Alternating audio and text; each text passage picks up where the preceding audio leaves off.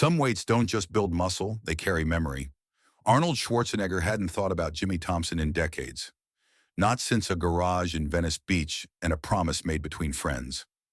But one winter morning in Los Angeles, he saw a rusted dumbbell held high above a crowd, and everything stopped. Because etched into that iron was more than a name. It was a promise waiting to be kept. Before we begin, let us know where you're watching from, and if this story moves you, don't forget to subscribe. It started on a crisp winter morning in Los Angeles, where a crowd had already wrapped around the block outside the community center.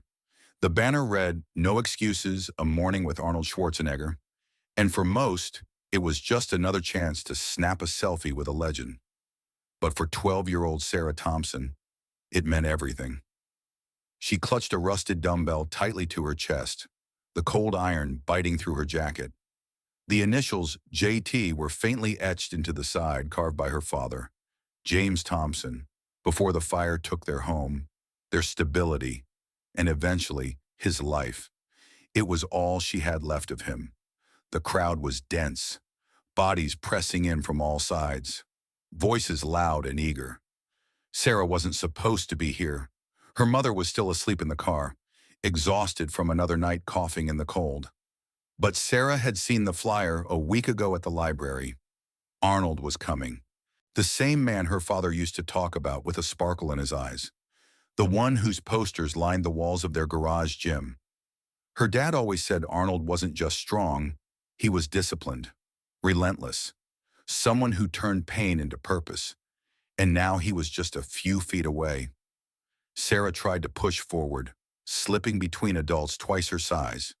She dodged a swinging backpack, ducked under a waving selfie stick, and squeezed past a group of teenage boys quoting Arnold's movie lines. No one noticed the girl with scuffed sneakers and secondhand clothes.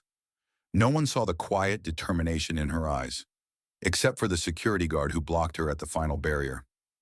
"Line starts back there, sweetheart," he said, not unkindly. "I just want to talk to him." "It's important," she said, her voice shaking. She held up the dumbbell. "Please." The guard glanced at it, then looked away. "Sorry, we've got protocols." Sarah stepped back, heart sinking. She looked around at the sea of people with VIP lanyards and warm coats. This wasn't her world. But then she remembered something her father used to say, when the weight feels too heavy, that's when you push hardest. She stared at the dumbbell, her thumb brushing over the faded initials.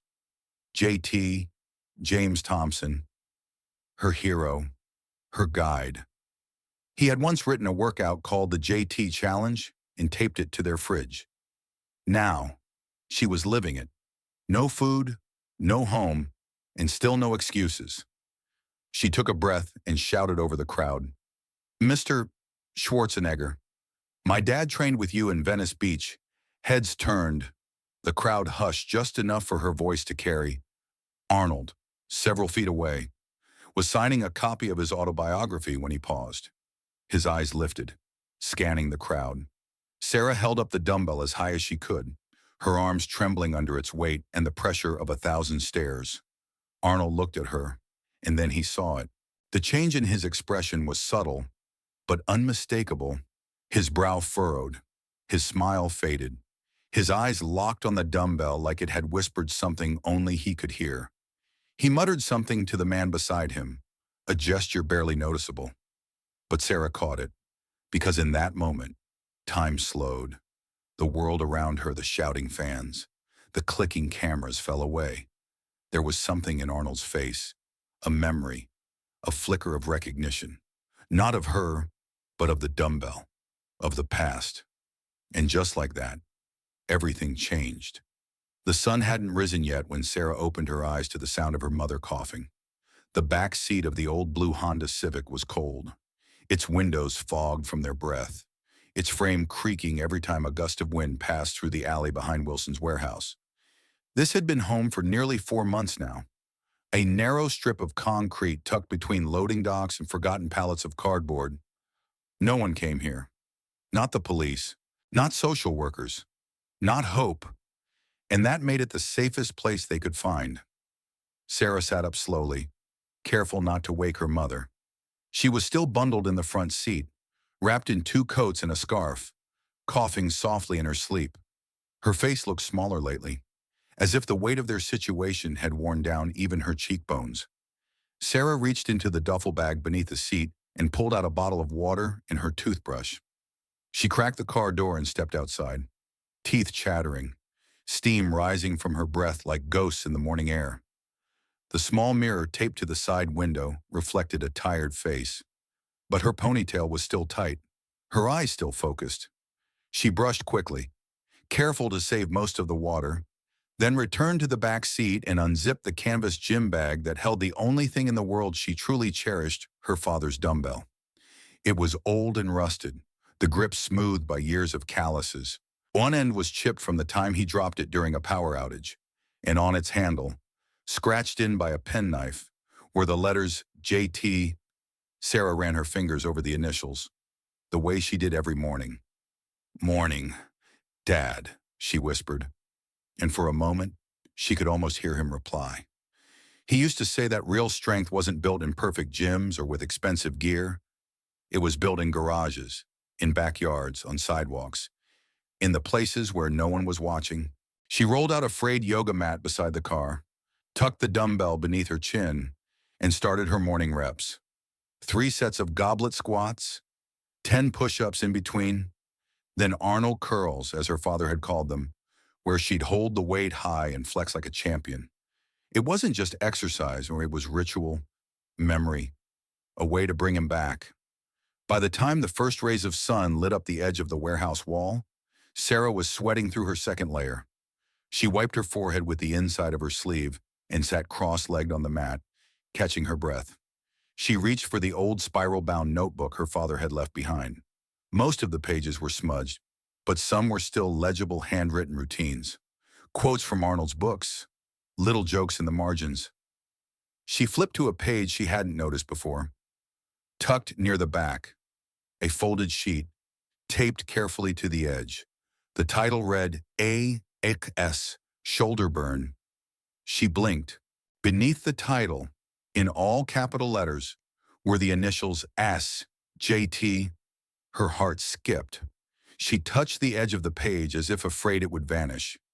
The handwriting was her father's, no doubt, but the layout was different, structured like something official. There were notes about reps, rest time, even motivational lines and quotation marks. Pain is temporary, but quitting lasts forever. Her father had underlined that one twice. Sarah stared at the initials. S. Arnold Schwarzenegger, J.T. James Thompson. A routine they'd shared. Her father had always told her he trained like Arnold, that he used to follow his programs religiously. But this looked personal, like something written between 2 people, not taken from a book. She flipped the page and saw a sketch of a garage gym layout similar to theirs back home. 2 benches, resistance bands, pull-up bar welded to ceiling beams, and below it, a line in capital letters. Don't let the world decide how strong you are. She felt a lump rise in her throat. Sarah closed the notebook gently and held it close. The cold no longer bit as hard. Her fingers wrapped around the dumbbell once more. She stood up, adjusted her stance, and began the A.S. shoulder burn routine just like it was written. Each lift felt heavier than the last, not from the weight, but from the meaning. This wasn't just her father's legacy. It was a bridge, a link to someone who might actually remember him, someone who might care. And tomorrow, if she was brave enough, she'd bring both the dumbbell and that notebook to the community center, not for a signature, not for a photo, but for a promise. Because if the man in that notebook was anything like her father had described, then maybe, just maybe, he'd understand. Public school hallways didn't care if you were strong. They cared if your shoes were new, if your hoodie had the right logo, if your lunch came in a branded brown bag instead of being free from the cafeteria. Sarah Thompson knew that. She had learned to keep her head down, stay quiet, and walk the edges of every hallway like a shadow. But strength, the kind her father taught her, didn't show up in outfits. It showed up in moments, Gym class was one of those moments, the kind where kids got loud, teachers got distracted, and someone always tried to show off. Today, they were working on deadlifts. A small group of boys had gathered around the barbell station, taking turns lifting too much with too little form. One of them, Marcus, strutted up, flexing before his attempt. His friends cheered him on, already recording on their phones. Sarah stood near the bleachers, alone as usual. Her hoodie was 2 sizes too big. Her shoes were patched at the toe. She wasn't invisible, just ignored. Marcus bent down, grabbed the bar, and yanked it upward with a loud grunt. His back arched like a bowstring about to snap. "Nice lift," someone said. But Sarah saw the angle, the weight distribution, the mistake. She didn't mean to speak, but the words slipped out. "Your spine's going to regret that in about 10 years. Marcus turned. "What did you say?" The gym quieted slightly. A few heads turned. Sarah swallowed hard. "Your form's off.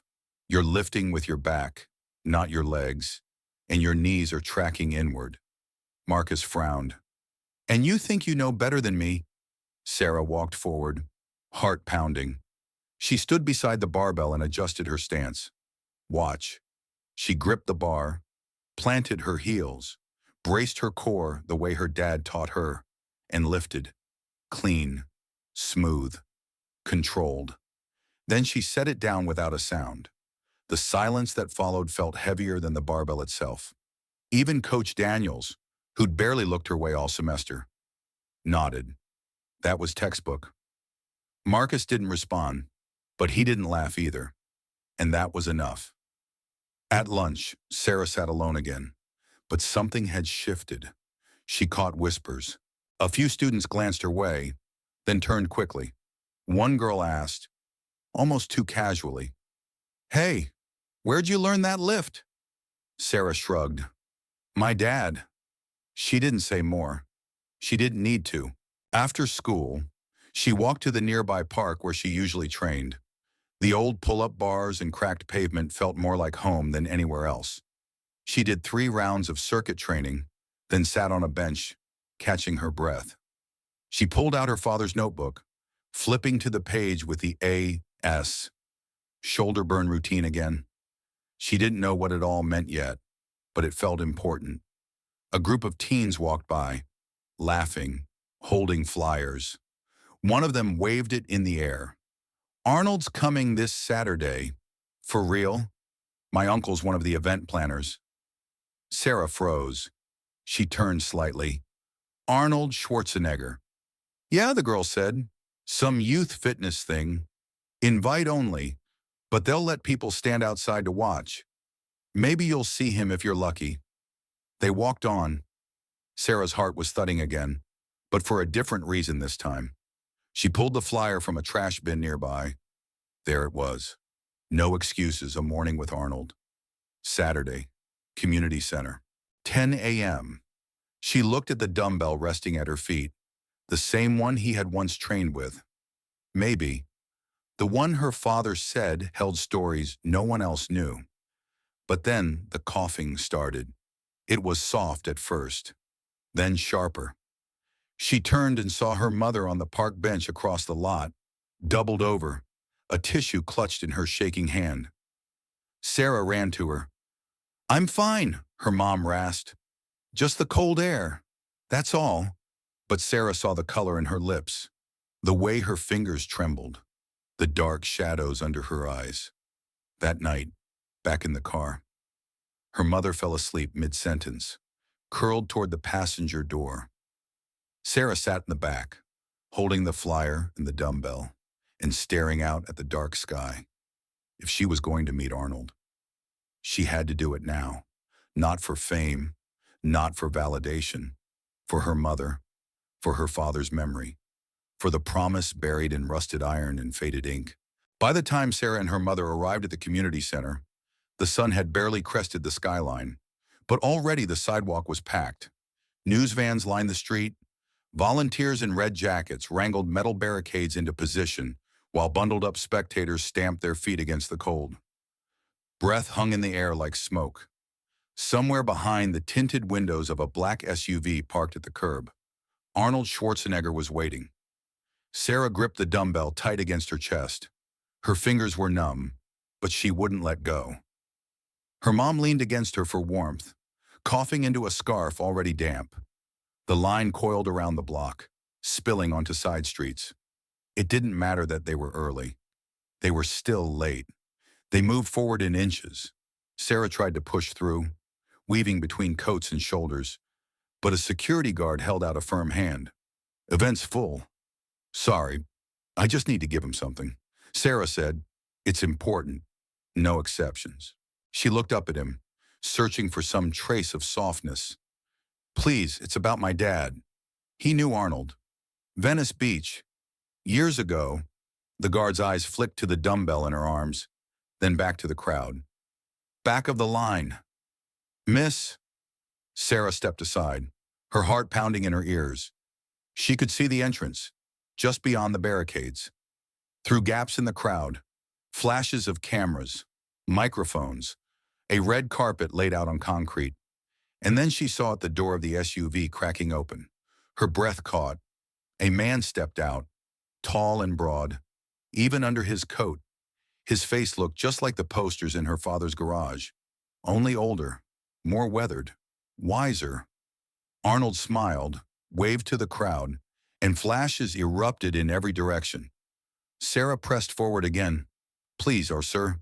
The guard blocked her again. I said step back." The cold dug into her bones, but it wasn't what made her shake. It was the sound of her mother coughing behind her, weak and dry. The sight of Arnold turning away, already greeting people with handshakes and nods. The chance slipping through her fingers. And then she heard her father's voice in her head. "When your back's against the wall, that's when you fight forward." She stepped up onto a bench, took a breath, and shouted with everything she had. "Mr. Schwarzenegger, my dad trained with you at Venice Beach." The crowd didn't stop. Not at first. But the sound carried. It hit the concrete and echoed against the metal gates. A few heads turned, then more. Even one of the camera operators lowered his lens, and Arnold paused mid-handshake. He turned toward the sound. Sarah held the dumbbell high above her head, her arms trembling. "He was James Thompson," she called again, her voice cracking. "He helped you in the garage. You wrote him a program. He said it changed everything." Arnold's gaze scanned the crowd. Slowly, his expression shifted, his eyes narrowed, his smile faded. And then, like a man staring into a memory, he locked on the dumbbell in Sarah's hands. He said something to his assistant. The man hesitated. Arnold didn't repeat himself. He stepped forward. Sarah couldn't move. The weight in her arms suddenly felt like nothing, like air, because Arnold wasn't looking at her. He was looking at the dumbbell. And in his face was something she hadn't expected recognition. And just for a moment, behind the flash bulbs and the noise, it looked like he'd seen a ghost. The inside of the community center was warm, but Sarah barely felt it. The sounds around her, the shuffle of feet, the distant hum of the crowd, the clicking of security radios faded into a kind of hush.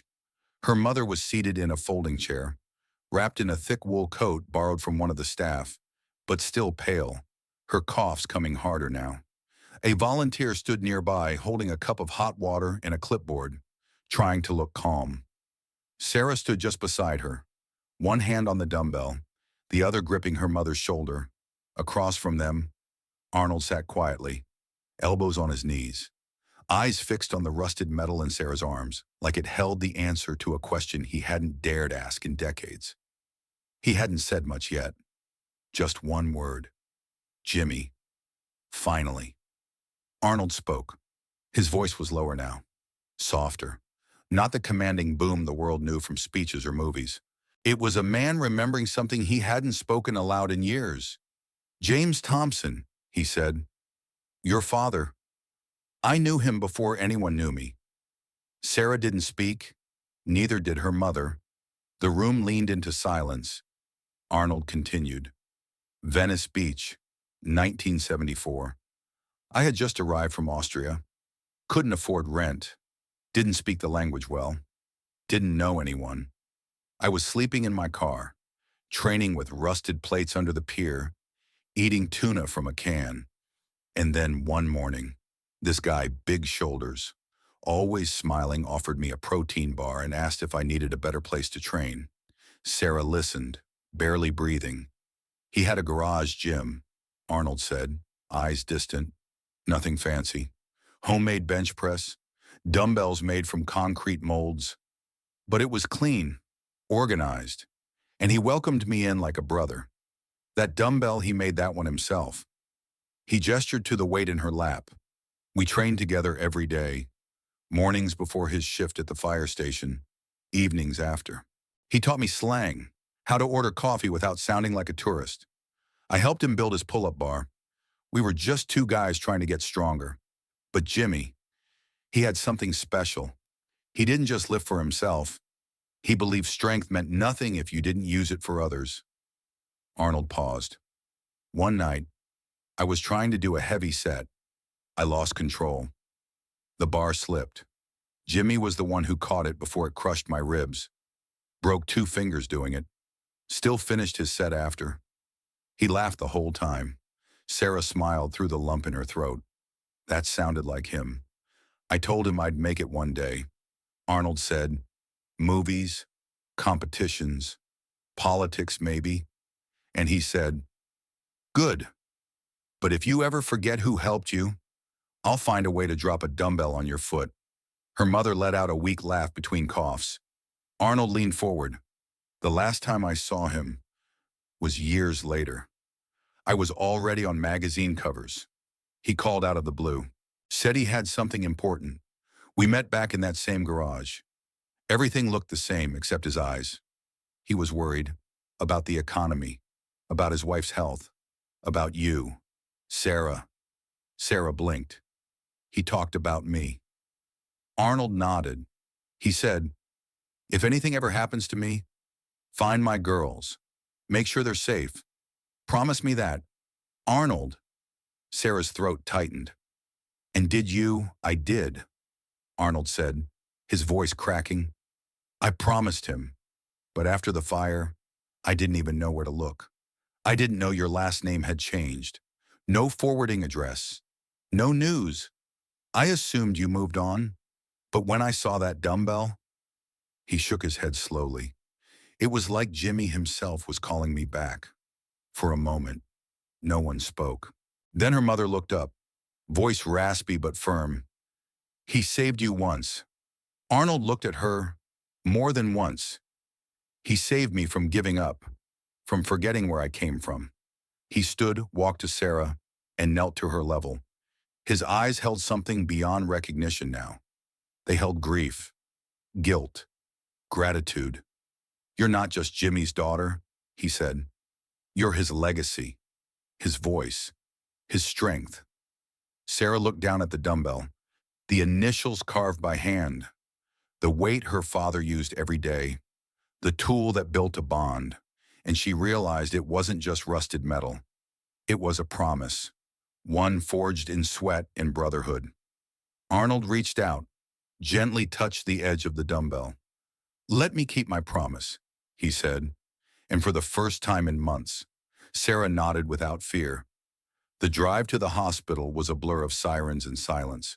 Sarah sat in the back seat of Arnold's SUV, her mother's head resting weakly against her shoulder, wrapped in a blanket that one of the volunteers had handed them before they left the community center. Arnold rode in the front, speaking in German-accented English into a sleek black phone, calmly but firmly issuing instructions. The moment they arrived, a medical team was already waiting. No waiting room, no paperwork, just action. Sarah watched in awe as nurses guided her mother onto a stretcher and wheeled her through double doors into the private wing of the facility. The hospital smelled clean and expensive. For once, Sarah didn't feel invisible. She felt seen, protected. Arnold stayed by her side the entire time. When the doctor appeared and asked who was responsible for payment, Arnold didn't even blink. Send the bill to me, he said. Every penny. Sarah wanted to speak, to argue, to thank him. But no words came, only relief. After months of carrying the weight of fear and uncertainty, someone else had stepped in and lifted it without asking for anything in return. The doctor later confirmed what Sarah had feared: severe pneumonia, but treatable, and they had caught it just in time. She'll need rest, warmth, nutritional support, but she's strong, the doctor said. Sarah nodded. Her mom had always been strong, but even strength needs help sometimes. That night, Arnold didn't drop them off at a shelter. He didn't book a hotel. Instead, he brought them to his guest house, a private cottage nestled behind his Los Angeles home. Surrounded by trees and privacy, it had 2 bedrooms, clean sheets, and a stocked kitchen. Sarah couldn't stop staring at the framed photographs on the wall shots from bodybuilding competitions, faded clippings from movie sets, even a grainy black and white photo of a much younger Arnold lifting weights in an old garage. The caption read, "Back to where it began." Sarah tucked her mother into the larger bedroom, helped her sip some soup, then stepped outside into the cool night air. Arnold was sitting on the porch steps, arms resting on his knees, staring up at the stars. He gestured for her to sit beside him. "I owe your father more than I ever repaid," he said quietly. "But this isn't just about debt. It's about legacy." Sarah looked down at the dumbbell still cradled in her lap. She'd refused to let go of it, even in the hospital. Arnold smiled at the sight of it. "Your father didn't just lift weights," he said. "He lifted people. He lifted me. And now, I see that in you." Sarah blinked. Arnold turned toward her, his voice firm but kind. "Strength is easy to measure, but discipline, courage, the willingness to train in the cold, to push when no one's watching, that's rare. That's what makes champions." She stayed quiet, unsure what to say. He leaned forward. "If you want it, I'll train you. Not for fame, not for medals, but for the kind of strength that never fades, the kind your father carried." Sarah felt her throat tighten. "You'd train me?" Arnold nodded. "Starting tomorrow, 6 a.m., sharp." Then he stood, stretched, and added, "You'll hate me by breakfast." Sarah laughed, the sound surprising even herself. It felt like something had cracked open inside her chest, not in a painful way, in the way light enters a room after too long in darkness. As Arnold disappeared into the house, Sarah looked down once more at the dumbbell, its surface catching the moonlight. It didn't look so heavy anymore. Maybe because, for the first time in a long time, she wasn't carrying it alone. 3 months later, the sound of laughter echoed through the training room at the Arnold Foundation Youth Center. The space was alive with motion kids running agility drills, jumping over cones, lifting medicine balls that looked bigger than their heads. And in the middle of it all stood Sarah Thompson, whistle around her neck, ponytail tight, eyes sharp with focus and pride. She wasn't the quiet girl in oversized hoodies anymore. She wore a red foundation tee now, with the word coach printed boldly on the back. At 12, she was the youngest to ever lead a youth session. But no one questioned it. Not after watching her move. Not after feeling the way she motivated without shouting, corrected without shaming, and made every kid feel like they belonged. "All right," she called out, clapping her hands. "Next round, 2-minute circuits. Strength, speed, focus. Let's go." The kids scattered into position. Sarah moved through the stations, checking form, offering encouragement, and occasionally demonstrating the moves herself. Her form was flawless, her tone confident. And behind the glass wall of the gym, Arnold watched with quiet satisfaction, arms crossed, a small smile playing on his lips. Near the lobby, Sarah's mom was seated at a desk, organizing flyers for an upcoming community event. Her cheeks had color again, her posture was strong, and her cough was gone. She'd taken a job managing outreach programs for the foundation, her first stable work in almost a year. And every morning, she arrived early just to watch Sarah train the next generation. After the session, Sarah stayed behind to help a younger boy who had struggled with coordination. She knelt beside him, gently guiding his feet into proper stance. "My dad always said strong legs built strong hearts," she told him. Try again. Slow and steady. The boy nodded and lifted the kettlebell again. When the room had cleared, Arnold stepped inside, holding something wrapped in a cloth. He approached Sarah as she wiped down the equipment. "You've come a long way," he said. Sarah looked up and grinned. "Still sore from yesterday's leg day." "That's how you know it's working," he replied, then held out the wrapped object. "I think it's time you had this." She took it carefully, unwrapping the cloth to reveal a worn, hardcover book. The spine cracked as she opened it. Inside was a signature, James Thompson, and just below it, in bold marker, another one. "To JT, stay hungry, stay strong. Arnold, 1975. Her breath caught. This was his copy, she asked. Arnold nodded. "The first edition. I gave it to him the day he told me he was going to be a father. He said he wanted his kid to grow up strong in every way." Sarah ran her fingers over the ink, the pages now soft with age. It felt like holding a memory, a promise, a future. "He was right," Arnold added. "You've got his strength, but you also have your own." Sarah looked around the gym, at the dumbbell still resting in the corner, at the kids who now looked up to her, at the photo of her dad and Arnold, newly framed and hung on the wall. She held the book close. "I won't waste it," she said. Arnold smiled. "I know." The lights of the auditorium bathed the stage in soft gold as applause echoed off the walls. Banners bearing the words "Youth Champions of Iron" hung above a packed crowd of families, coaches, and community leaders. At center stage stood Sarah Thompson, 12 years old, shoulders square, breath steady. She wore a fitted red jacket with the number 23 stitched on the sleeve, the same number her father once wore on his fire department uniform. Her hair was pulled back, her face calm but glowing. In her hands, she held the old rusted dumbbell. Behind her, slightly to the left, stood Arnold Schwarzenegger, dressed in black, his arms crossed, face unreadable, but his eyes said everything. Sarah stepped to the microphone. The room fell silent. "A year ago," she began, her voice clear.